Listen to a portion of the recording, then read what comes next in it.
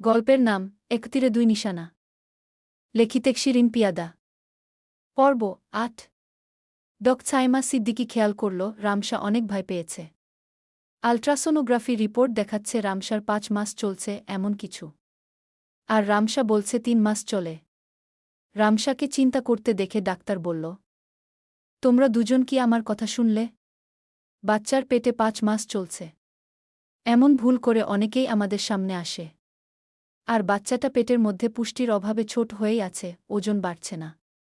আরও ১ মাস এভাবে না জানিয়ে থাকলে হয়তো বাচ্চাটা আর বাঁচত না ঘি কথাটুকু শুনে চোখের পানি ছেড়ে দিল রামসা। নির্জন তা দেখে ছাইমা সিদ্দিকীকে উদ্দেশ্য করেই বলল, দয়া করে ঘুরিয়ে কথা বলা বন্ধ করুন। সোজাসাপটা কথা বলুন প্লিজ। আমাদের অনেক ভয় করছে গি। ছাইমা রামসা ও নির্জনের অবস্থা বুঝতে পেরে বলল, আমি তো বলছি ভয়ের কিছু নেই। তবে অনেক পুষ্টিকর খাবার খেতে হবে। শরীরে রক্ত অনেক কম। বাচ্চার সময়ের আগেও হয়ে যেতে পারে। এমন অনেক রোগীকেই দেখেছি। আপনারা আল্লাহর কাছে সব সময় দোয়া করবেন। আর শরীরের উপর কোনো প্রকার চাপ সৃষ্টি করবে এমন কাজ করবেন না। ও হ্যাঁ, লজ্জার বিষয় হলেও বলতেই হচ্ছে। আপনারা দুজন ইন্টিমেট হওয়া থেকে দূরে থাকবেন যতদিন না বাচ্চা পৃথিবীর আলো দেখছে। এতে শরীরের উপর অনেক বেশি চাপ পড়ে। আমার তো মনে হচ্ছে ৮-৯ মাসেই এই বাচ্চা হবে। যেসব বাচ্চা এমন সময়ে হয় তাদের অনেক সমস্যা হতে পারে। তাই একটু সাবধানে চলাচল করা উচিত। খাবারদাবার সব সময়মতো খাবে। আমি কিছু দামি আয়রন ট্যাবলেট লিখে দিচ্ছি। তার পাশাপাশি এই ওষুধগুলোও চলবে কি। এত কিছু শুনে যেন রামসা চিন্তায় পড়ে গেল। সে ছাইমার দিকে তাকিয়ে বলল, আমার বাচ্চার কিছু হবে না তো? ছাইমা তাকে আশ্বাস দিয়ে বলল, নিয়ম মেনে চললে ভয়ের কোনো কারণ নেই। আর এটা অতটা চিন্তার বিষয়ও নয়। টেনশন, চিন্তা এসব থেকে অনেক দূরে থাকবে। একদম টেনশন করা যাবে না। গুলোর বাজে প্রভাব বাচ্চার উপর পড়তে পারে তাই কথা শেষ করেই রিপোর্টসহ কিছু প্রেসক্রিপশন বাড়িয়ে দিল তাদের দিকে। তারাও সবকিছু নিয়ে সালাম দিয়ে ডাক্তারের চেম্বার থেকে বেরিয়ে এলো বাহিরে। হাসপাতালের সামনে রাস্তায় এক পাশেই গাড়ি দাঁড় করিয়ে রাখা ছিল। রামসা ও নির্জন গাড়িতে গিয়ে উঠে বসল। আস্তে আস্তে সন্ধ্যা গড়িয়ে পড়ছে। গাড়িতে উঠে রামসা চুপ করে আছে। মুখ অনেক ভার হয়ে গেছে তার। তা দেখে নির্জন ড্রাইভিং করতে করতেই বলল, ডাক্তার না তোমাকে চিন্তা করতে নিষেধ করল? তবুও করছ? ডাক্তার তো বলেছে পুষ্টির অভাবে এমন অনেক বাচ্চাই তাড়াতাড়ি দুনিয়ায় আসে। ডাক্তার যেভাবে চলতে বলেছে সেভাবে চললে দেখবে কিছু হবে না। জানত কি, এত চিন্তা করলে এরও ক্ষতি হবে তোমার এবং আমাদের বেবির গু। রামসা নির্জনের দিকে তাকিয়ে চোখের পানি মুছতে মুছতে মাথা ঝুঁকিয়ে শুধু ঘুহুমঘু বলল। নির্জন তখনই সব প্রসঙ্গ পাল্টানোর জন্য রামসাকে চিন্তামুক্ত রাখতে বলে উঠল, এই তুমি আমার শ্বশুর শাশুড়ির সামনে কোমর বলছিলে কেন আমাকে? রামসা ভ্রু কুঁচকে তার দিকে তাকিয়ে বলল, কখন বললাম? কই, মনে পড়ছে না তো আমার। আরে বাপু, তুমি তো বাড়ি থেকে আসার সময় তোমার মা বাবার সামনে বললে। ভুলে গেছ?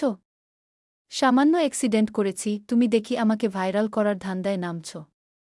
আবার বলছ আমার কপাল নাকি কোমর ফাটা হয়ে গেছে। হ্যাঁ? এবার রামসার মনে পড়তেই ২ হাত মুখে দিয়ে হেসে ফেলল। আর নির্জনের গালে হাত দিয়ে খোঁচা খোঁচা দাড়িগুলো ছুঁয়ে বলল, রাগ করেছ নির্জন? সরি, আর বলব না আমার বাবুর বাবাবু। এই কথা শুনে নির্জনও একটু ভাবসাব নিয়ে মুখ গোমড়া করল। তা দেখে পাশে বসে রামসা নির্জনের ঠোঁটে নিজের ঠোঁট ছুঁইয়ে দিতেই আচমকা গাড়ি থামিয়ে দিল নির্জন। দুজনই একসঙ্গে চমকে গেল। গাড়ি মাঝপথে থামতেই নির্জন এবার বিরক্ত গলায় রামসাকে বকা দিতে শুরু করল। রাস্তার মধ্যে কি শুরু করছো রামসা? এখানে এসব তামাশা শুরু করছো তুমি? আর একটু হলে কি হতো? রামসা কিছুক্ষণ ভুলেই বসেছিল যে তারা চলন্ত গাড়িতে বসেছিল। এভাবে নির্জনকে বকা দিতে সে এই প্রথম দেখল। ভেতরটা কেমন করে উঠল তার। আসলেই তো তারই সব দোষ। এত আদিক্ষেতা কেন করতে হবে তাকে? চোখ টলমল করছে তার। আর তা নিয়ে নির্জনের রাগী মুখের দিকে তাকিয়ে বলল, সরি নির্জন, আমি বুঝতে পারিনি। আর এমন ভুল কখনোই হবে না। নির্জনের যেন রাগ কমল না। সে আরও রামসার উদ্দেশ্যে কথা শুনিয়ে বলল, শোনো রামসা, যেখানে সেখানে বাচ্চা সুলভ আচরণ একদম মানায় না। 2 দিন পর বাচ্চার মা হবে, অথচ নিজেই বাচ্চাদের মতো আচরণ করো। নিজের ছোট বোন মেহেরের কাছ থেকে কিছু শেখা উচিত তোমার গু। রামসা মাঝরাস্তায় নির্জনকে এমন রাখতে দেখে কিছু না করতে পেরে 2 চোখে হাত দিয়ে হু হু করে কেঁদে ফেলল। নির্জনের কিছুক্ষণ রামসার কান্না দেখে আরও খারাপ লাগল। এটা সে কি করে ফেলল? রামসাকে সে অনেক বেশি বকে ফেলেছে। এত রাগারাগি করা ঠিক হল তার? আজকাল তার কি হয়েছে? অল্পতেই কেন জানি রাগ চলে আসে তার। রামসাকে কি করে বোঝাবে? কি করে তাকে মানাবে সে? নির্জন এক নাগাড়ে 3-4 বার উশরি সরি ই বলে থামল। রামসার চোখ থেকে হাত সরানোর চেষ্টা করল। নিজের হাত এমন করে চোখে চেপে ধরেছে যে ছাড়ানোর চেষ্টা করেও পারছে না সে। অনেকক্ষণ অপেক্ষা করে রামসা যখন দেখল নির্জন আর চেষ্টা করছে না তার রাগ ভাঙাতে, তখন নিজেই চোখ থেকে হাত সরিয়ে নিয়ে বলল, বাচ্চা পেটে আসার পর থেকে তুমি কেমন যেন হয়ে গেছ নির্জন। তুমি আমাকে আর আগের মতো ভালোবাসো না গি। এই কথা শুনে নির্জন বুঝে ফেলল এটা প্রেগন্যান্সির প্রভাব। রামসার মুড সুইং হচ্ছে। কপালে হাত ঠেকিয়ে বলল, হ্যাঁ জান, আমিও বুঝতে পারছি। আমি অনেক খারাপ হয়ে গেছি। এখন আমাকে মাফ করে দাও। আর কান্না করো না প্লিজ গু। রামসা ঠোঁটজোড়া উল্টে তুলল। তা দেখে নির্জন তার গালে হাত দিয়ে বলল, চলন্ত গাড়িতে এমন কেউ করে পাগলি? আমি তো তোমাদের চিন্তা করছিলাম। এখনই কিছু হলে আমার কি হতো? এখন তোমার নিজের প্রতি অনেক খেয়াল রাখতে হবে, বুঝতে পারছ? রামসা নির্জনের হাত নামিয়ে দিয়ে সামনে তাকিয়ে বলল, হ্যাঁ বুঝতে পেরেছি। এবার চলো উ। নির্জন রামসার দিকে তাকিয়ে গাড়ি বন্ধ করে বলল, এখন কিন্তু গাড়ি চলছে না। তাই যদি একটু পেতাম। কিছু আর কি? নির্জনের মুখে অন্য রকমের চাহিদা নজরে পড়তেই রামসা বলল, ডাক্তার কি বলেছিল তোমার মনে নেই? এই সময় আমরা কিছু করতে পারব না গে। নির্জন তখন বলল, আমি কি ওইসব চাইছি নাকি? আগে যেটা দেওয়ার জন্য বকা খেলে ওইটা যদি আর একবার পেতাম আমি। রামসা বাঁকা ভ্রু করে কঠিন দৃষ্টিতে তাকিয়ে বলল, কখনো না। তুমি না আমার সঙ্গে রাগারাগি করলে? নির্জন তখন মুখে একটা মারাত্মক হাসি নিয়ে গাড়ি চালানো শুরু করল। কি আর করার? প্রথমে ফ্রিতে পেয়ে ছেড়ে দিলে এমনি হয় গ। বউ তার খেপেছে, আর কিছু বলা যাবে না। সকলের চোখ ফাঁকি দিয়ে দরজার সামনে দাঁড়িয়ে আড়ি পেতে সবকিছু শোনার চেষ্টা করছে তিন্নি ও তনিমা। তাছনিমকে আবারও বাড়ির পেছনের ফুলবাগানে ফুল তুলতে পাঠিয়ে দিয়েছে তারা দুজন। তিন্নি এর আগেও আবদার করে মেহেরকে ফুল তুলতে পাঠিয়েছিল। এর জন্য তার খুব খারাপ লাগছে। না জানি তার জন্য মেহেরকে কি না সহ্য করতে হয়েছে। মেহেদি অনুষ্ঠানে কিছু তাজা গোলাপ ফুল লাগবে, মেহেদির থালা সাজাতে হবে, এই জন্যই তো সে মেহেরকে পাঠিয়েছিল। সে কি জানত নাকি যে নিশান ভাই মেহের ভাবিকে না দেখতে পেয়ে এমন কিছু করবে? জানলে সে কখনোই যেতে দিত না।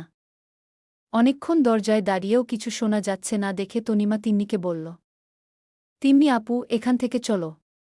নিশান ভাই যদি এইভাবে আমাদের একবার দেখে ফেলে, তুমি ভাবতে পারছ আমাদের সঙ্গে কি হতে পারে? তিন্নির মন মানল না। সে বলল, দাঁড়া না, আর একটু অপেক্ষা করে দেখি কিছু শোনা যায় কি না গিয়ে। তনিমা তখন বলল, এত দামি দরজা তোমার ভাইয়ের রুমে কি এমনি এমনি লাগিয়ে রেখেছে? যেন তোমার মতো আড়ি পেতে তাদের কথা কেউ না শুনতে পারে, এই জন্য গু। তিন্নি একটু ভাব নিয়ে তনিমার দিকে তাকাল। তা দেখে তনিমা আর কিছু না বলে তিন্নির এক পাশে দাঁড়িয়ে রইল। হঠাৎ তিন্নির কাঁধে কেউ টোকা দিতেই আহ করে চিৎকার দিতে যাবে, ঠিক সেই সময় তনিমা তিন্নির মুখ চেপে ধরে পিছন ফিরে তাকাল। এ আর কেউ নয়, রামসার ছোট ভাই তারিফ। তারিফ তাদের বলল, এখানে তোমরা কি করছ? লুকিয়ে লুকিয়ে আপু আর ভাইয়ার কথা শুনছ কেন? তিন্নি তারিফকে বলল, তোমাকে কে বলল বাছা যে আমরা তাদের কথা শুনতে এসেছি? তারিফ তখন বলল, তোমাদের দেখলেই তো চোরের মতো লাগে, তাই আন্দাজ করে বললাম। তা চোরের মতো এখানে কেন দাঁড়িয়ে কথা শুনছ? দাঁড়াও, আমি ডেকে দিই। ওদের সামনে থেকেই শোনোঘ। কথাগুলো বলেই ডাকতে যাবে, ঠিক তখনই তনিমা ও তিন্নি চোখ পিটপিট করে বলল, আরে না না, এমন করো না পিচ্চি। আমরা চলে যাচ্ছি উ। তারিফকে পিচ্চি বলাতে তার মেজাজ আরও একটু বিগড়ে গেল। সে বলল, কাকে পিচ্চি বললে? দাঁড়াও, এই পিচ্চিই তোমাদের এখনই শিক্ষা দেবে। সাহস থাকলে এখানেই দাঁড়িয়ে থাকবে গি বলে ঘু আপু বলে ডাকতেই যাবে, ঠিক তখনই তিন্নি আর তনিমা নিশানের দরজার সামনে থেকে ছুটে পালিয়ে গেল। তা দেখে তারিফের মুখে যেন হাসি আর আটকে থাকল না। সেও রামসার ঘরের পাশ দিয়ে সেই দিকে হাঁটতে হাঁটতে হেসে ফেল। তারিফ আসল রামসার ঘরে যাবে বলেই এই পথে হাঁটছিল ও। মেহেরকে যখন জোর করে সকলের সামনে কোলে করে উঠিয়ে আনল নিশান, কোনো মতে নিশানের থেকে দূরে সরে গিয়ে নিশানের বুকে সজোরে ধাক্কা মারল মেহের। নিশান তো আর ছোট বাচ্চা নয় যে মেহেরের ধাক্কায় সে পড়ে যাবে। উল্টো নিশান যে জায়গায় দাঁড়িয়েছিল সেই জায়গাতেই বিরাজমান হয়ে রইল। নিশান মেহেরের হাত শক্ত করে ধরে বলতে শুরু করল, কেন কেন আমার কথার এত অবাধ্য হও তুমি? তোমাকে ভালো মন্দ কথা বললেও তুমি শুধু ছোট করেই জবাব দাও। এমন কেন করো মেরিজান? মেহের এবার চুপ থাকতে পারল না। সে বলল, এর কারণ আজকের ঘটনা। আপনি কি কিছু বুঝতে চান না? সবার সঙ্গে মিশে গেলে কি এমন ক্ষতি হবে আপনার? এত অহংকার নিয়ে কেন চলেন আপনি? আজ পর্যন্ত তো একবারও আপনাকে দেখলাম না নিজের মায়ের সঙ্গে ভালো করে কথা বলতে। কিসের জন্য এমন করেন আপনি? সামান্য একটু বোঝার জন্য আপনি আমাকে সময় পর্যন্ত দেননি। সব কিছু নিজের ইচ্ছায় করেন শুধু গু। নিশান পিছন ফিরে তখন বলল, এসব তুমি কখনোই বুঝবে না মেহের। আজ পর্যন্ত কি তুমি আমাকে বোঝার চেষ্টা করেছ? আমি লক্ষ্য করে দেখেছি, আজ পর্যন্ত যা কিছু আমি তোমার সঙ্গে করেছি তাকে শুধু বিরক্তি মনে করেছ। ভালোবাসার নজরে তা তুমি কখনোই দেখনি। আমি আগেও বলেছি মেরিজান, মুভিতে দেখানো নায়কদের মতো আমি কখনোই হতে পারব না। বাসর রাতে বউ ফেলে রেখে সোফায় শুতে পারব না। তুমি আমার কাছে থাকলে আমি ঠিক থাকতে পারি, নয়তো গু। মেহের তখন নিশানের সামনে গিয়ে মাথা উঁচু করে বলল, নর্তক হ্যাঁ? নিশান তখন মনে মনে বলল, তুই একমাত্র মেয়ে যার জন্য বাকি সব মেয়েগুলো আমার হাত থেকে বেঁচে যায়। তুমি আমাকে সঙ্গ দাও বলেই না ওদের কাছে আমার আর যেতে ইচ্ছে করে না। তোমার মধ্যে এমন কিছু একটা আছে যা আমাকে তোমার কাছে বারবার টানে গিয়ে। নিশান মেহেরের কথার কোনো জবাব না দিয়ে আস্তে আস্তে তার কাছে এগোতে শুরু করল। মেহের এমন আচরণের মানে বুঝে গেল। তাই তার গলা শুকিয়ে কাঠ হয়ে যাওয়ার মতো অবস্থা। সেও আস্তে আস্তে পিছিয়ে হাঁটতে শুরু করল। মেহের পিছিয়ে হাঁটতে হাঁটতে দেয়ালের সঙ্গে তার পিঠ ঠেকে গেল। নিশান তখনই তার দুপাশে হাত রেখে দেয়ালে চেপে ধরে কানের কাছে ফিসফিস করে বলল, নয়তো তোমার জায়গায় এখন হয়তো অন্য কোনো মেয়ে থাকত। আমি তোমাকে প্রথম যেদিন দেখেছি সেদিনই ভেবে ফেলেছি তুমি আর 5টা মেয়ের মতো আমার কাছে সময় কাটানোর জন্য নও। তুমি আমার জন্য বিশেষ কেউ, যাকে দেখে আমার হৃদয় কেঁপে উঠেছিল।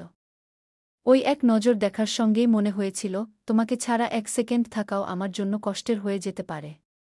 তাই নিজের ভেতরের অসভ্যতাকে লুকিয়ে রাখতে না পেরে তোমাকে বিয়ে করে ফেলি আমি। আমি মনে করেছিলাম তোমাকে কিছু দিনের জন্য আমার কাছে রাখব। কিন্তু তুমি আস্তে আস্তে আমার কাছে এক প্রকার নেশা হয়ে উঠেছ, যাকে না দেখলে আমার দিন কাটবে না কখনোই গ।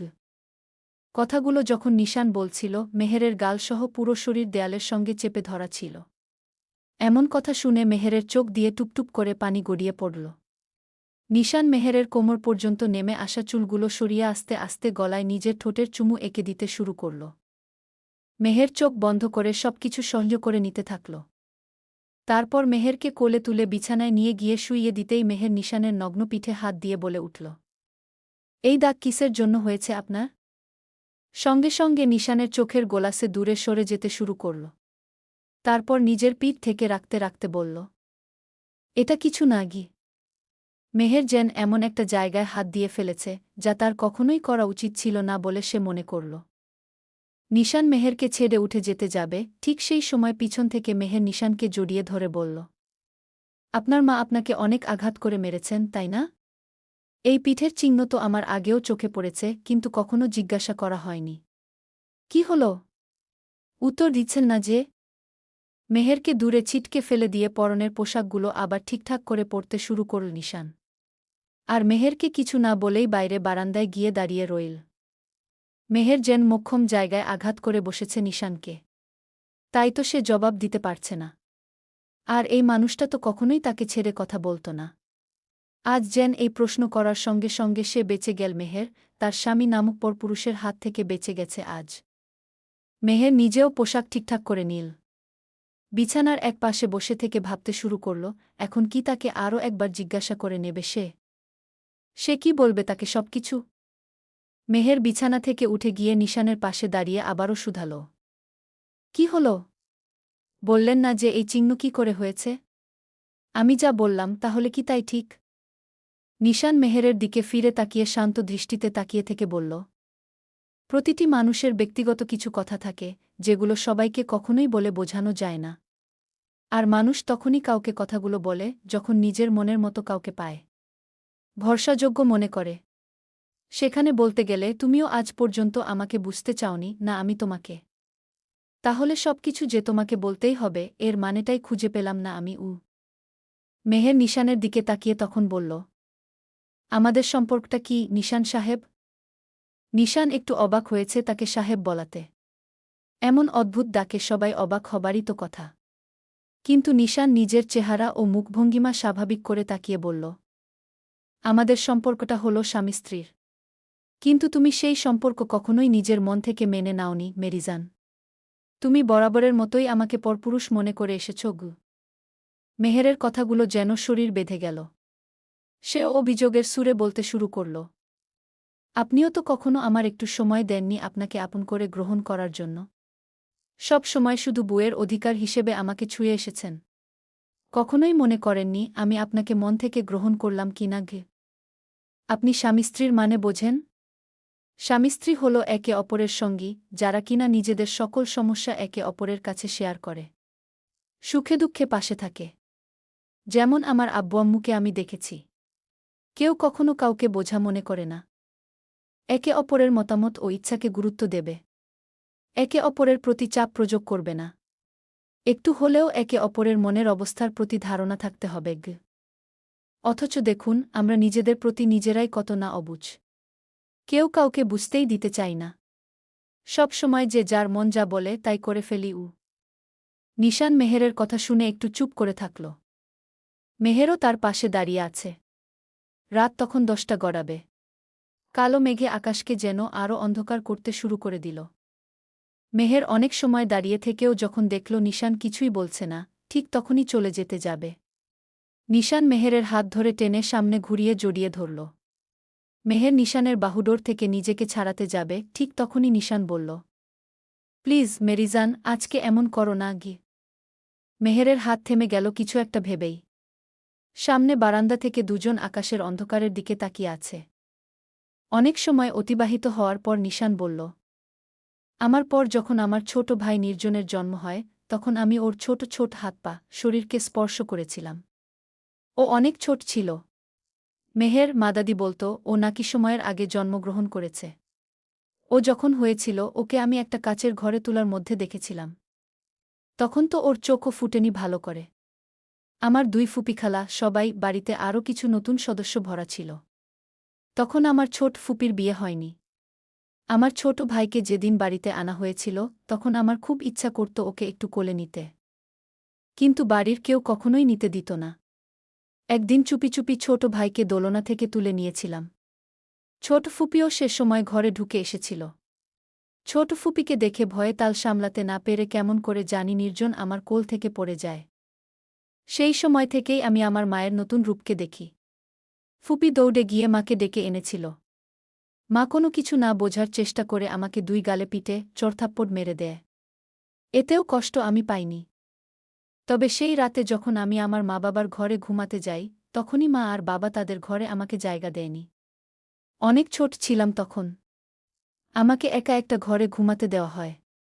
অনেক করে মাকে বলছিলাম, আম্মু আমার একা ঘরে অনেক ভয় করে।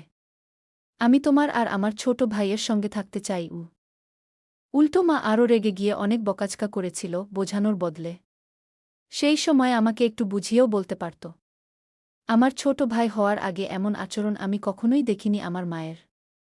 আমার দাদু ছিলেন আমার সবচেয়ে কাছের মানুষ, যিনি সব সময় আমাকে বুঝতেন। দাদু বলেছিলেন, এখন তুমি বড় হয়েছ দাদু ভাই। আব্বু আম্মুর সঙ্গে ঘুমানো যাবে না। আল্লাহ নারাজ হবেন। সেসব অভিযোগও মন থেকে মুছে ফেললাম দাদুর কথায়। তারপর থেকে দাদুর কাছে বেশি সময় কাটাতে শুরু হলো আমার। দাদু ঘুম থেকে অনেক সকালে উঠে অজু করে নামাজ পড়তেন। আমিও তার সঙ্গে শিখতে শুরু করলাম। পাশে দাঁড়িয়ে সেজদায় লুটিয়ে পড়তাম। পরিবার ভালো থাকার জন্য আল্লাহর কাছে সব সময় দোয়া চাইতাম। মেহের অর্ধ কথার মাঝেই বলল, আপনি এখন কেন নামাজ পড়েন না? আপনি চাইলে আবারও তো ফিরে আসতে পারেন আল্লাহর পথে গু। নিশান মৃদু হেসে দিয়ে বলল, নামাজের অনেক দোয়া কালেমা ভুলে গেছি। কোরআন পড়া ভুলে গেছি। এর থেকে বড় কবিরা গুনাহ আর কি হতে পারে? আমি যেখানে চলে গেছি সেখান থেকে ফিরে আসা কঠিন মনে হয়। কারো সঙ্গে আমি মিশতে পারব না গি। এর কারণ হল জান্নাত আর জাহান্নামের পার্থক্য বোঝানোর মতো আমার জীবনে কেউ ছিল না গি। একজন ছিল, সেও মারা গেছে গি। মেহের বলল, কে তিনি? আপনার দাদু? নিশান বলল, হ্যাঁ, আমার দাদু। একমাত্র তার কথা ছাড়া বাকি সবার কথা আমার কাছে তেতো মনে হতো। আমার সঙ্গে ঝাড়ি মেরে কথা বলত, রাগারাগি করত। আমি কোনো ভুল কাজ করলেও কখনো কেউ বুঝিয়ে বলতে আসত না আমায় গু। মেহের কৌতূহলী হয়ে বলল, আর কি হয়েছে আপনার সঙ্গে? কিছু তো বলছেন না গি। নিশান তখন বলল, তারপর তারপর আমি আস্তে আস্তে মায়ের চোখ থেকে দূরে সরে যেতে লাগলাম। মায়ের চোখে ছিল একটা ছেলে, সেটা হলো নির্জন। মা নির্জনকে ভালোবাসে, এতে আমার রাগ, অভিযোগ, অভিমান নেই। কিন্তু আমার ছোট ভাইয়ের সঙ্গে তার উচিত ছিল আমাকেও একটু ভালোবাসার, আমাকে সময় দেবার। আমারও অনেক মায়ের দরকার ছিল সেই সময়ে গিয়ে। একটু কিছু ভুল করলেই মায়ের হাতে মার খেতে হতো উল্টো সেই সময়। এই সব করতে করতে আমার বয়স যখন 9 আর নির্জনের 7। নির্জনকে দেখলে বোঝা মুশকিল যে সে আমার বয়সে ছোট। একরকম ছিলাম আমরা। তখন আমার নিজের মধ্যেই কিছু একটা পরিবর্তন লক্ষ্য করা আমি। 2 ভাই মিলে দাদুর সঙ্গে নামাজ পড়তে যেতাম, আবার বিকেল হলেই বাড়ির পাশেই পার্কে খেলতে যেতাম। এই করেই যাচ্ছিল আমার দিন। মাঝে মধ্যে তো আবার মায়ের মার খেতেই হতো। কিন্তু আমার ছোট ভাইকে আমি অনেক ভালোবাসতাম। আমার সামনে যখন ওকে কেউ মারধর করত, নিজের রাগকে কন্ট্রোল করা আমার খুব কঠিন হয়ে যেত। একটা সময় মাঠে খেলতে গিয়ে একটা ছেলে নির্জনকে মারছিল দেখে সহ্য করতে না পেরে হাতের ক্রিকেট ব্যাট দিয়েই মেরে মাথা ফাটিয়ে দিয়েছিলাম। এতে আমার একটুও ভয় করেনি সেদিন। বাড়ি যখন ফিরে আসলাম, মা আমার উপর অনেক রেগেছিল। আমাকে হাত ধরে টেনে নিয়ে গিয়ে অন্ধকার ঘরে বন্ধ করে কাঁচা বেত দিয়ে পিঠে মেরেছিল।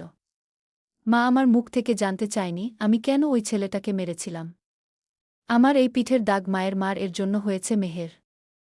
মায়ের হাতে মার খেয়ে সেদিন একটুও কাঁদিনি আমি। মায়ের হাতের মার থেকে দাদি সেদিন আমাকে বাঁচিয়ে নিয়েছিল। সবকিছু ওইখানেই মেনে নিতে পারতাম, কিন্তু পরের দিন সকালে আমাকে দূরে বাইরে পড়াশোনার জন্য পাঠিয়ে দেওয়ার সিদ্ধান্ত নেওয়া হয়। এতে আমি অনেক কষ্ট পাই। সেই সময় আমি আর নিজের কান্না লুকিয়ে রাখতে পারিনি। আমি কখনোই চাইতাম না মা বাবাকে ছেড়ে দূরে যেতে। অনেক কান্না করেছি, মা বাবার পা ধরেছি, তাদের সঙ্গে থাকতে যেন আমাকে দেওয়া হয়। চিৎকার করে করে কান্না করে তাদেরকে বলছি আমি। আমার অনেক কষ্ট হতো মা বাবাকে ছেড়ে থাকতে। রাতে অনেক ভয় করত। মা বাবার তাদের সিদ্ধান্তেই তাদের ছেড়ে বাইরে থাকতে হয় বোর্ডিং স্কুলে আমায়। নিজেকে কোনোভাবেই মানিয়ে নিতে পারতাম না ওই জায়গায়। কষ্ট করে স্কুল, হাই স্কুল ছেড়ে যখন কলেজে পা পড়ল, তখন ব্যাচেমেন্টের সঙ্গে রুম শেয়ার করে থাকতে হতো আমায়। আমার সঙ্গে আমার কিছু রুমমেট থাকত। তবে ওরা মোটেও ভালো ছিল না। রুমের মধ্যে নেশা করত, আরও অনেক খারাপ কাজ করত। আমার সঙ্গে অনেক বাজে আচরণ করত। আমাকে মারধর পর্যন্ত করত। আমি ওদের কাছে অত্যাচারের শিকার ছিলাম। আমি 1 মাস ধরে তাদের কিছুই বলিনি। যখন আমার ধৈর্য আর সহ্য হল না, তখন আমিও ওদের আমি আমার রূপ দেখাতে শুরু করলাম। আমিও পাল্টা মেরে ওদেরকে জবাবা দিলাম। মারধর করে লাভ হলো কি? ওরা আমাকে ওদের লিডার বানিয়ে দিল উল্টো সেই দিন। মাসে মাসে বাবা লাখ টাকা পাঠাতেন পড়াশোনা করার জন্য। আমি তা মদ, কাছিনো গেমস আর মেয়েদের পেছনে উড়িয়ে দিতাম। সত্যি কি জানো মেহের? সেই সময় আমি কোনো মেয়েকে সেভাবে কাছে নিয়ে দেখিনি। তখনও আমি কিন্তু ভার্জিন ছিলাম। মেয়েদের ছুঁয়ে দেখেছি, কাছে আরও কাছে থেকে দেখা হয়নি। তারপর আমার কলেজে নতুন একটা মেয়েকে দেখেছিলাম আমি, যার নাম ছিল এলেনা। ও অনেক সুন্দর ছিল। আমেরিকার বাসিন্দা, মেয়েটা দেখতেও সুন্দর। আমার বন্ধুরা মিলে তার সঙ্গে কথা বলতে এগিয়ে যেতে সাহায্য করল। আবেগী বয়সে সবকিছু আমার কাছে নতুন ছিল। লাইব্রেরি থেকে শুরু করে সব জায়গায় তার পিছু পিছু ঘোরা শুরু করলাম আমি। তাকে পটানোর সর্বোচ্চ চেষ্টা করেছি। এই সব করতে করতে একটা সময় মেয়েটা নিজেই আমার কাছে এসে এক রাতে তার সঙ্গে দেখা করার অফার দিল। মেঘ না চাইতেই বৃষ্টির মতো ছিল আমার কাছে এসব। পেছনে তো বাকি সব বন্ধুবান্ধব ছিলই। তাদের মুখের কথায় মেয়েটার সঙ্গে দেখা করতে চলে গেলাম নাইট ক্লাবে। সেখানে গিয়ে মেয়েটাকে আমি নতুন রূপে দেখি। শর্ট পোশাকে হেলেদুলে নাচছিল সে। আমাকে দেখে দৌড়ে আমার কাছে এসে হেসে আমাকে তার সঙ্গে নিয়ে নাচতে শুরু করল। আর বলল সে নাকি প্রথমে আমাকে দেখেই পছন্দ করেছে। জমকালো নাইট ক্লাবে রাত আরও বাড়তে লাগল। সেদিনের শান্ত চোখের অধিকারিণী মায়াময় মুখের মেয়েটার একটা নতুন রূপ আমার চোখে ধরা দিল। তার কিছু ছেলে বন্ধুর কাছে নিয়ে গিয়ে আমাকে ইন্ট্রোডিউস করালো সে। তারপর একা একটা রুমে আমরা দুজন পা রাখলাম। মেয়েটা প্রচুর নেশা করেছে তা দেখেই বোঝা খুব সহজ। আমিও করেছিলাম, তবে এতটাও না। মেয়েটা নিজের পোশাক শরীর থেকে খুলে ফেলে ক্ষুধার্ত বাঘিনীর মতো ছুটে এলো আমার কাছে। আমিও নিজের পোশাকগুলো খুলতে শুরু করলাম। কথাটুকু শেষ না করতেই মেহের আবারও কথার মাঝে বলল, এই সব কথা তো আমি শুনতে চাইছি না। আপনি এই ধরনের নোংরা কথা না বলুন প্লিজ গু।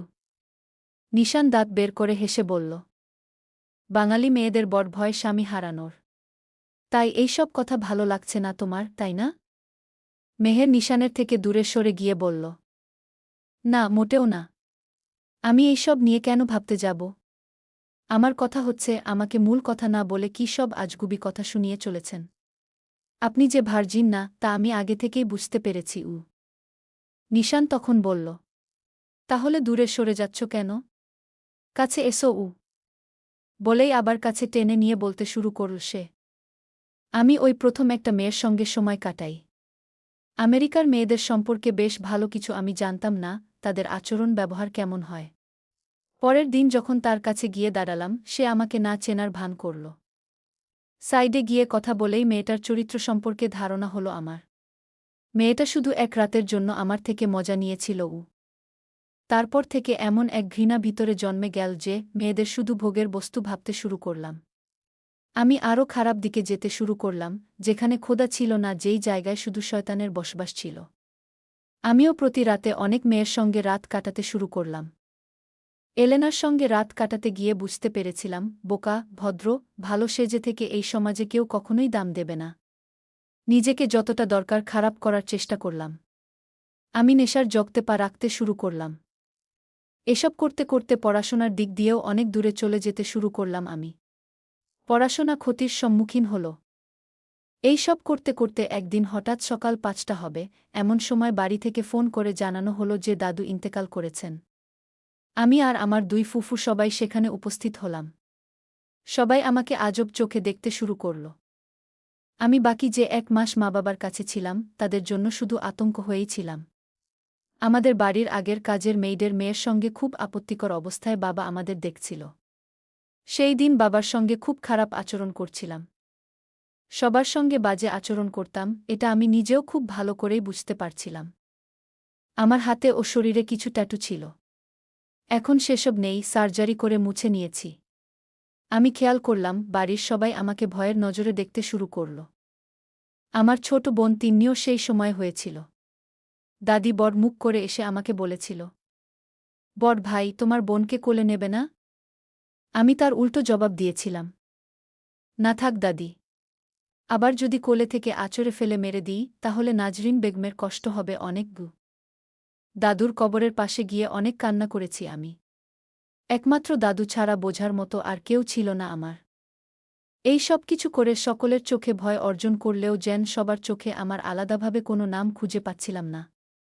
আবারও দেশ ছেড়ে বাইরে চলে গেলাম। নেশা, মেয়ে সবকিছু চলত কম বেশি সেই সময়। তবে পড়াশোনায় আবার মনোযোগী হয়ে উঠলাম আমি, আবার পড়াশোনা শেষ করলাম।